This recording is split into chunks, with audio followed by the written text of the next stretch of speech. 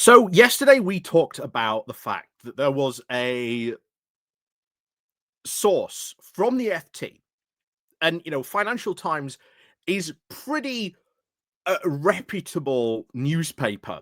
It would not just post claims like the fact that Farage told a bunch of Reform donors that there was going to be an electoral pact with the Conservatives at the time of the next general election. Okay. The FT would not just print rumors like that unless they thought that their source was credible and that they trusted that source enough for what they heard to be true. And this, honestly, I think we should probably trust that as well. So from this point on, I am pretty much assuming by a margin of about 70% that at the time of the next general election, that there will be a Reform Tory pact. What that pact looks like, who knows? Is it a form of merger? Is it a form of, well, you'll stand there, we'll stand there, and we won't get in each other's way? Who knows? Basically, who knows? But I am now assuming that at the time of the next general election, there will be some form of pact. And I think that given the fact that this came from an FT source, and the FT doesn't, print scurrilous rumors, it's a pretty reputable newspaper by all accounts. So I think, as they always say, trust but verify. I think because this came from the FT, if it had come from something like the Daily Mail, I wouldn't trust it. But the fact that this is from the FT saying this, I think we have reason to believe that that might be true. So from now on, I am pretty much assuming, like I say, by a margin of about, 70%, I think at the time of the next general election, there will be a pact between Reform and the Tories going into that general election. What it looks like, who knows? But last time, of course, we did that. We talked about how Lee Anderson had come out and said, no, there would never be a pact. Don't be silly. We would never ally with those wets. None of those people in the Conservative Party are true Conservatives at all. Why on earth would we ally to them? Read my lips. No pact, he said. We'll see what happens in the future on that one. Like I say, put a pin in that comment there that he said that, and maybe we'll come back to that in the future. But do remember that, as always, there has been a lot of talk, and we've covered the stories from time to time on Conservative Home of themselves talking about the possibility of some form of electoral pact with with Reform. Now, previously, those have always come from people that have been talking about, well, how would one look like? Maybe it's not 100% necessary to actually do it. But today, we're going to have a look at what Henry Hill thinks, not only about these rumors, of course, by the FT, but he himself asks, well, how would such a pact actually work? So we're going to have a look at this, because as always, it's really useful to have a look at Conservative Home, because it gives you a peek into the mind of essentially the non-parliamentary party of the Conservative Party. It is a fascinating website that I've said for years. It's easily one of the most comical websites online, although they've gone into this big bad knock supporting mode recently, really, which is really weird on a lot of aspects. But we're going to go over this because I think this is valuable. And I think moving forward, we should assume that this pact is very, very likely to happen. So, as always, thank you very much for watching, everyone. Like I say, down below, links to help the channel, as you can see, scrolling along there. Give those a click if you want to help support the channel that way. And of course, don't forget to click the like, share, and of course, if you are new to the channel, the subscribe button. Don't forget to ring the bell as well. And of course, thank you very much to everyone who does do that as well. So let's crack on then into this. So What would the basis be of a Tory-Reform pact actually be? So, by far the most significant development in our manor over the past few days has been that the FT's scoop that Nigel Farage reportedly told a meeting of his donors that he expects Reform UK to do some sort of pre-election deal with the Conservatives. Now, bear in mind,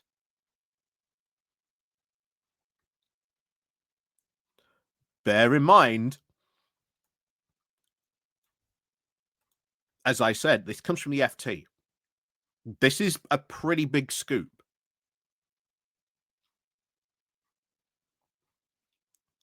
This is a pretty big scoop. And even at that point, Henry Hill, you can tell, is annoyed that they're not talking about this other stuff going on.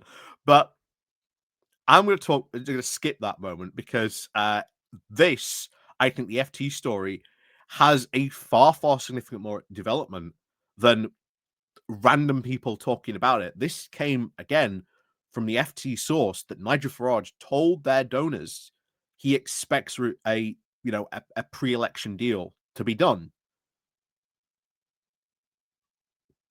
This is as close to as probably you can get as Nigel Farage himself coming out and saying it. This is why I think there will be a pact of some point. So that this, of course, admission was, of course, made in a conversation with donors is, of course, not surprising. As I noted on Unheard this morning, serious donors and, of course, Reform is attracting, of course, serious donors. They are exactly the sort of people who will want to know what the plan B is if it as seems likely, based on the current polling, that Farage, of course, falls short of the numbers required to form a majority government. So I don't know if that is true, but that is actually a good point. That these donors are like, okay, well, plan A is you win, but what's plan B? And plan B is, well, we go into, you know, government with the Tories. They're our junior partner. Or at least that seems to have been at least the way a lot of this reporting has been based on that fact. So, but it was, of course, interesting that talk was of a pre-election pact. And that's, again, the even more interesting one. A pre-election pact basically suggests that we are going to stand there, we all stand there, we won't get in each other's way, we won't attack, and that we are going to go and form a coalition government. Now, trying to form a coalition government is very hard. Very hard indeed. It is not something you can just do because you've got to rely on voters to do that. And as we've said many times before, getting the public to a stage where last election they were like, right, we are going to vote tactically, and the message got out very incredibly well that if you go out and vote tactically, this is what will happen. You'll get rid of the Tories like once and for all. That message sunk in very well. Will this message go out as well? Will this get reach? Will this sink in to their voters? Who knows? Who knows? Because remember, you've got to get Reform people to vote Tories in those areas, and then vice versa. You've got to get Tories to vote for Reform in those other areas. How likely could that be? Not 100% likely. That's the whole thing. We've seen Tory votes sink, and then the Reform vote basically rise by that Tory amount. Not all Tories are convinced Reform is going to be the answer. That is like this great vehicle thing. We've seen that. We've seen the confrontations in local town halls between both the Reform and the Conservative Party. But again, how will that come into place? Will that work out? It's not guaranteed. So back to this. After all, there would, of course, be nothing, of course, to prevent the Reform and Tories, of course, simply coming to some sort of agreement in the event now of a hung parliament. Well, nothing, of course, formal, of course, to prevent it anyway. A pre-election pact is, of course, quite a different proposition, and it is very suggestive of such deals as in the coalition currently in Australia or the now defunct Alliansen in Sweden. These, of course, examples show that such agreements with allied parties trying to maximize their appeal to distinct but very comparable electorates will, while offering, of course, voters a very clear program of governing on polling day, can, of course, work. And, of course, arguably now it will offer voters greater transparency, clarity, and, of course, thrashing a coalition agreement out behind closed doors once the election is over. But the Tories and, of course, Reform actually able to do that before the next election, at least to try and negotiate any such pact. And this, of course, is the problem.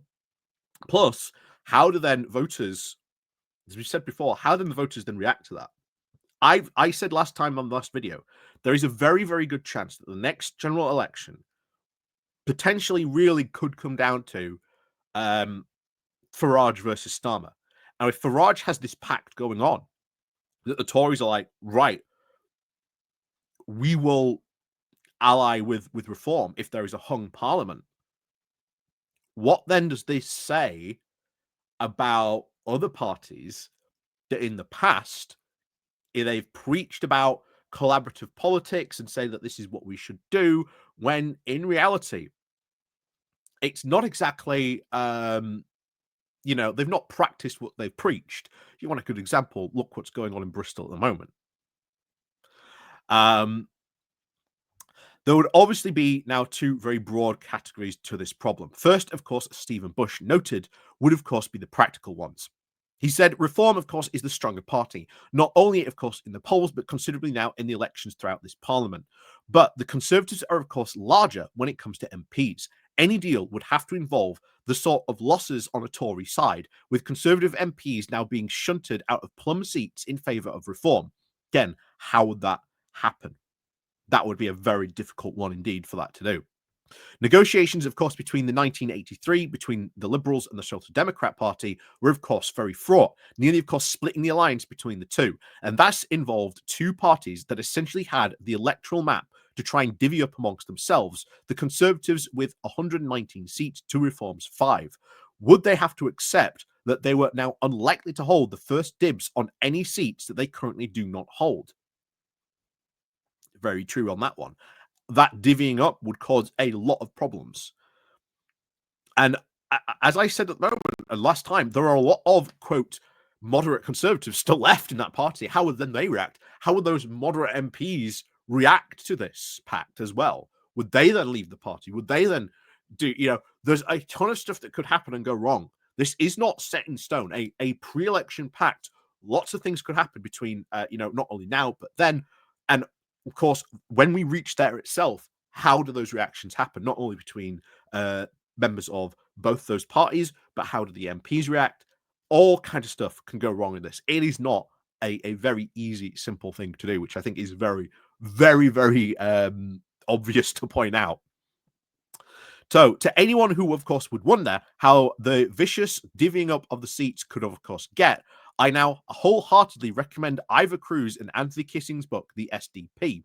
And they and the Liberals not only had the whole electoral map to share, but also now agreed, of course, on nearly everything. But it still became a very protracted, vicious farce. Again, very true indeed. The Conservative, of course, Reform activists have nothing like the cordial inter-party relations enjoyed by the SDP and the Liberals, which, again, very true. These two parties do not like each other. They do not get along at all. Now, yes, there has been some toing and froing and maybe, silent nod and a wink here and there. But the idea that these two parties get on is not true. They do not like each other. This is essentially a continuation, almost essentially, of the Tory civil wars we saw of the past. It's just that not happening in one party now. All those far-right people have gone and joined Reform. But there's still some of them left in the Conservative Party. Don't get me wrong on that one. So, in theory, the parties, of course, do have basically very different electoral maps, with Reform, of course, doing far much better in the sorts of places that flipped to the Conservatives for the first time in 2019, as well as in areas such as London and perhaps even Liverpool, where the Tories have either been in complete retreat for the past decade or extinct now for several. The Conservatives, of course, meanwhile, remain the party of the British people that they would trust the most with the economy. That could, of course, be, in theory, the right's pitch to their more traditional, prosperous Southern electorate, which, again, is very true.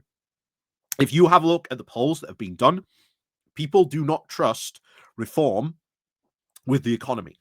That has been very, very come forward very clear in a lot of different polls. And here's the thing.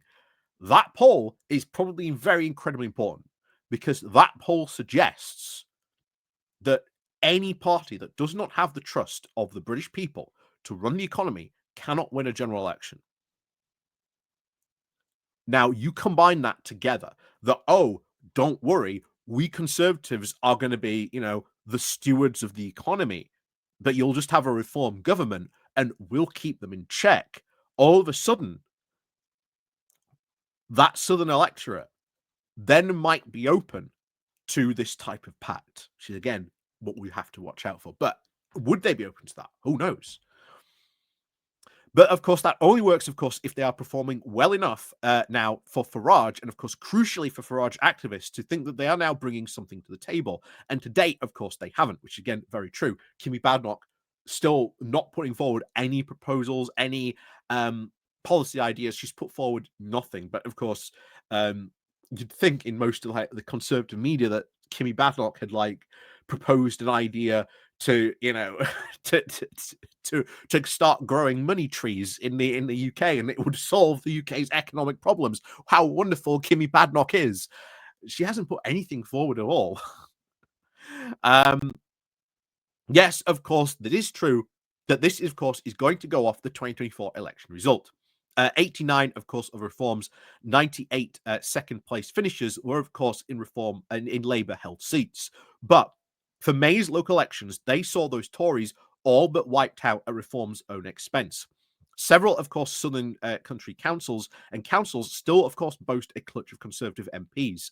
Unless, of course, Kimmy Badenoch can actually deliver a substantial improvement to Tory polling in those areas, Reform strategists have every reason to think that those seats are now realistic targets at the next election, which is, again, very, very true. And at least part of the reason why I think Henry Hill left Conservative Home is that he knew he would have to actually write positive about Kimmy Badenoch. But Henry Hill, if you know anything about him, does not like Kimmy Badenoch at all. Which is why I think he left his position at Conservative Home, but he still writes for them from time to time.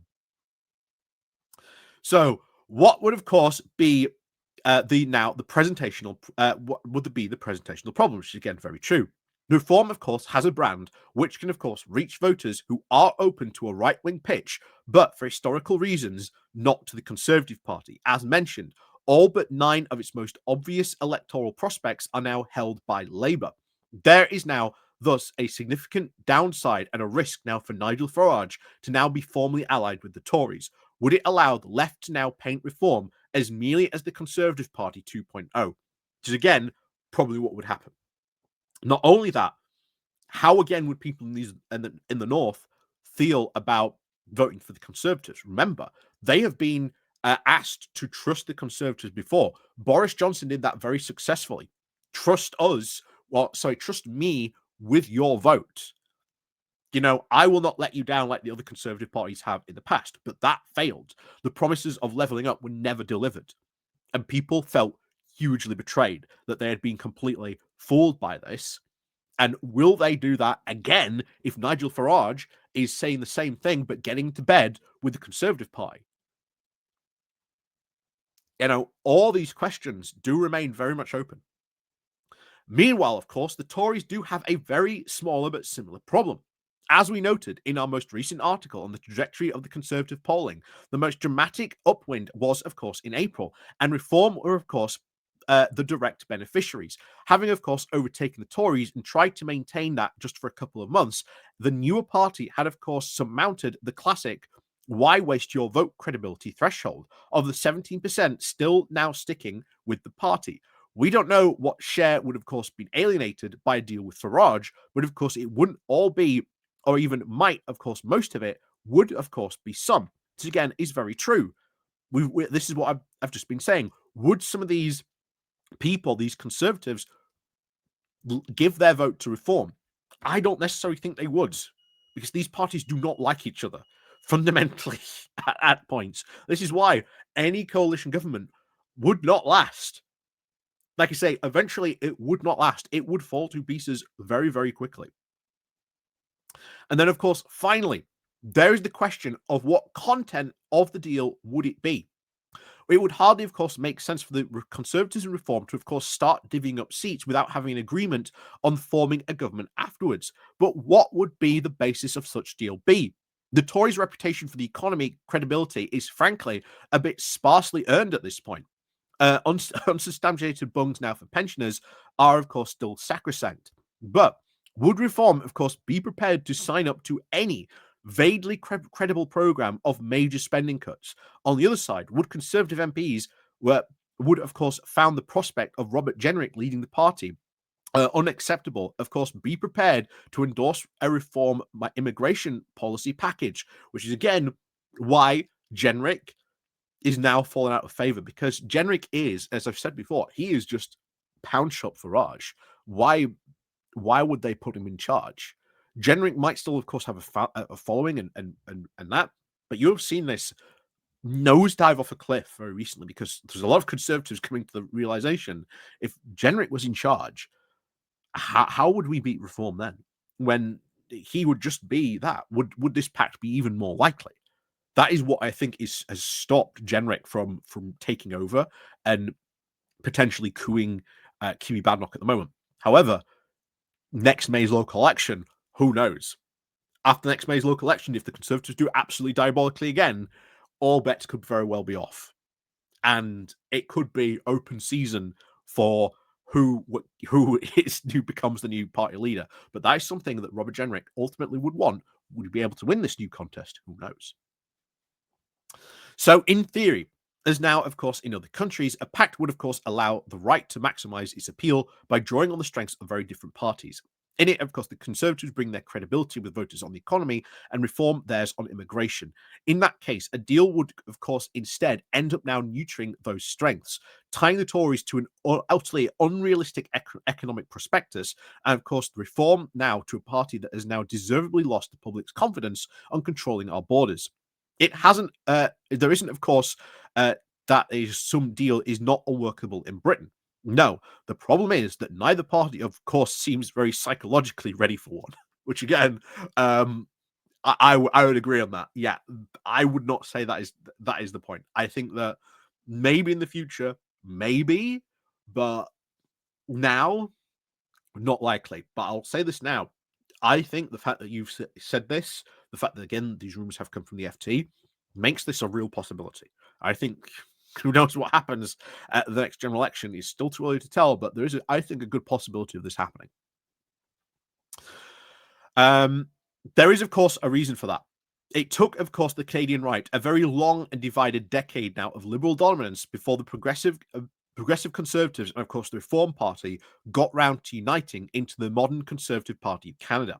Unless both parties are actually ready to make such a deal work, when the worst outcome for the right could actually be one where they could form a government after the next election, because the failure now of such a government would, of course, discredit both of them for now at the very same time.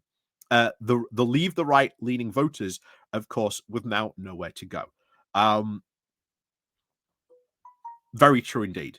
Who knows what will happen at the next election? It's still too early to tell. Still too early to tell, honestly.